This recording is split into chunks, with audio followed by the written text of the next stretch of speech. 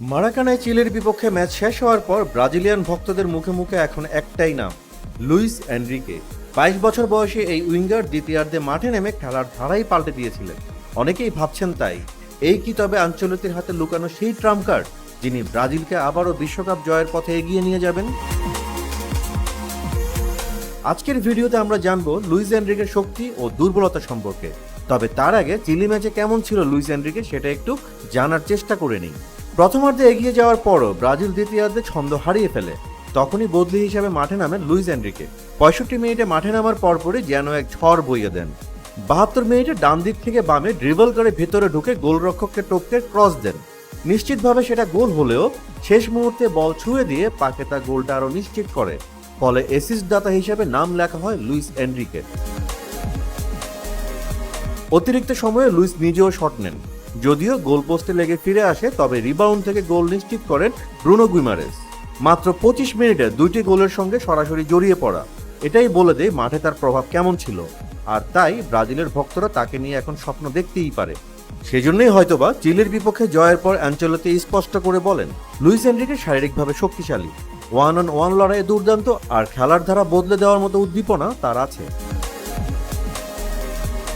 5 fit 9 ইঞ্চি উচ্চতার এনরিকের সবচেয়ে বড় শক্তি হলো তার অ্যাথলেটিসিজম। অল্প সময়েই তিনি দ্রুত গ্রাউন্ড কভার করতে পারেন, অনেকটা ফাউক্স উইংব্যাকের মতো। তার গতি ও পায়ের কারুকার্য তাকে আলাদা করে তোলে। ডান দিক থেকে ভেতরে ঢুকে খেলা মানে আউট টু ইন মুভমেন্ট তার বিশেষ বৈশিষ্ট্য। বিশেষ করে টাচ লাইনে চাপের মধ্যে বল ধরে রাখার ক্ষমতা বা টাচ লাইন রিটেনশন, যা তাকে আলাদা করে তোলে। এছাড়া লেফট ফুটে রিভার্স পাসে বারবার ভাঙন ধরাতে পারেন প্রতিপক্ষের ডিফেন্সেও। রাইট উইঙ্গার হলেও সেন্ট্রাল মিডফিল্ডেও তিনি খেলতে পারেন। তবে এনরিকের দুর্বলতাও আছে, তিনি শুধু বাম পায়ে খেলতে বেশি স্বাচ্ছন্দ্য বোধ করেন, অর্থাৎ ডান পা ব্যবহারে খুব একটা বেশি স্বাচ্ছন্দ্য বোধ করেন না। চিলির বিপক্ষে ম্যাচেও এই দুর্বলতা পরিষ্কার দেখা গেছে। বল পায়ে তার পাস দেওয়ার সক্ষমতা থাকলেও সেটা না করে বল হোল্ড রেখে নিজেই শট নেয় 72 মিনিটে। কারণ শট ডান পায়ে নিতে হতো, আর সেখানেই তার বড় দুর্বলতা। এজন্যই লেফট উইংয়ে তার কার্যকারিতা কিছুটা কম। বিশেষজ্ঞরা বলছেন লুইস এনরিকের সবচেয়ে বড় ঘাটতি হলো এক্সপ্লোসিভনেস বা তাৎক্ষণিকভাবে গতি বৃদ্ধি করা। তবু টেকনিক্যাল দৃষ্টিকোণ থেকে তিনি কোচদের হাতে এক বহুমুখী অস্ত্র। চলতি মৌসুমে ক্লাবের হয়েও তার পারফরমেন্স নজর কাড়া। তার পজিশনে সে ভালোই খেলা দেখিয়ে যাচ্ছে, যা ভক্তদের মন ইতিমধ্যেই জয় করেছে। এখন পর্যন্ত জেনিথ সেন্ট পিটার্সবার্গের হয়ে খেলা তার কিছু স্টেটস দেখলে বোঝা যায় তিনি ধীরে ধীরে পরিণত হচ্ছেন। ক্লাবের হয়ে তার চান্স ক্রিয়েশন 36% হলো, শট অ্যাটেম্পটসের সফলতা 89%, বক্সের ভেতর টাচ 81% এবং গোল কনভার্সন 74%। অর্থাৎ ধীরে ধীরে এখন একজন পরিণত খেলোয়াড় হয়ে উঠছেন লুইস এনরিকে।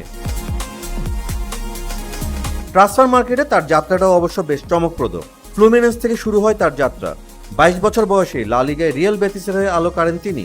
এরপর বোটাফোগো হয়ে বর্তমানে রাশিয়ার জেনিথ সেন্ট পিটার্সবার্গের হয়ে খেলছেন। ব্রাজিলের কোচ কার্লো আঞ্চেলোত্তির হাতে লুইস এনরিকে এক ধরনের ট্যাকটিক্যাল ওয়াইল্ড কার্ড। এখন যখন মূল একাদশ ক্লান্ত হয়ে পড়বে তখন মাঠে নেমে গতি আনতে পারেন লুইস এনরিকে।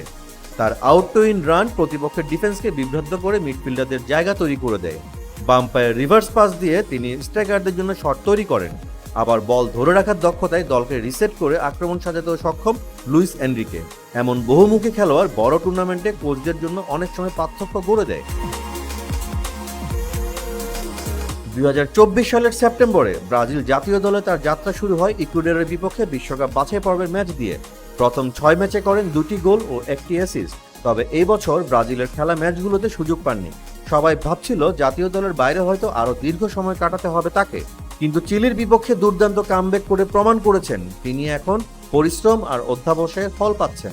নিজেই বলেছিলেন, ব্রাজিলের জার্সি পরা মানেই গর্ব, আর আঞ্চলিককে সাহায্য করতে তিনি সবটুকু দিতে প্রস্তুত। কথা রেখেছেন তিনি। সেলেসাও ভক্তদের উন্মাদনায় মাতিয়ে তুলেছেন চিলির বিপক্ষে ম্যাচে। ব্রাজিল গত 2 বিশ্বকাপে কোয়ার্টার ফাইনালে থেমেছে। এবার লক্ষ্য আরও উঁচুতে উঠে হেক্সা বিশ্বকাপ জয়। 5 বারের বিশ্ব চ্যাম্পিয়নরা ইতিমধ্যেই 2026 ফুটবল বিশ্বকাপে নিজেদের জায়গা নিশ্চিত করেছে। এখন প্রস্তুতির পালা হেক্সা বিশ্বকাপ জয় মিশনের। সমর্থকদের প্রত্যাশা কার্লো আঞ্চেলোত্তির হাত ধরে হেক্সা বিশ্বকাপ জিতবে ব্রাজিল, আর সেই স্বপ্ন পূরণের পথে এক গুরুত্বপূর্ণ অস্ত্র হতে পারেন লুইস এনরিকে। একসময় জাতীয় দলে জায়গা হারালেও এনরিকে এখন দৃঢ় সংকল্প নিয়ে ফিরেছেন। পরিশ্রম, অধ্যবসায় আর মাঠের পারফরমেন্স দিয়ে তিনি প্রমাণ করেছেন নিজেকে নিংড়ে দিয়ে খেলতে প্রস্তুত তিনি। এবার দেখা যাক বিশ্বকাপের পথে ব্রাজিলের সোনালী স্বপ্ন পূরণে কতটা অবদান রাখতে পারেন এই তরুণ উইঙ্গার। এখন প্রশ্ন, লুইস এনরিকে কি সত্যিই আনচেলত্তির ট্রাম্প কার্ড হয়ে উঠবেন, নাকি তার জায়গা নেবে অন্য কেউ? তার চাইতেও বড় প্রশ্ন, ভিনিসিয়াস, রদ্রিগো, কুনহারা যদি দলে ফিরে আসেন, তবে লুইস এনরিকেকে কিভাবে ব্যবহার করবেন কার্লো আনচেলত্তি? আপনার মতামত জানাতে পারেন কমেন্টে। আর ফুটবলের সব আপডেট, বিশ্লেষণ ও ইনসাইড নিউজ পেতে সাবস্ক্রাইব করুন sports lab with Saikat YouTube channel.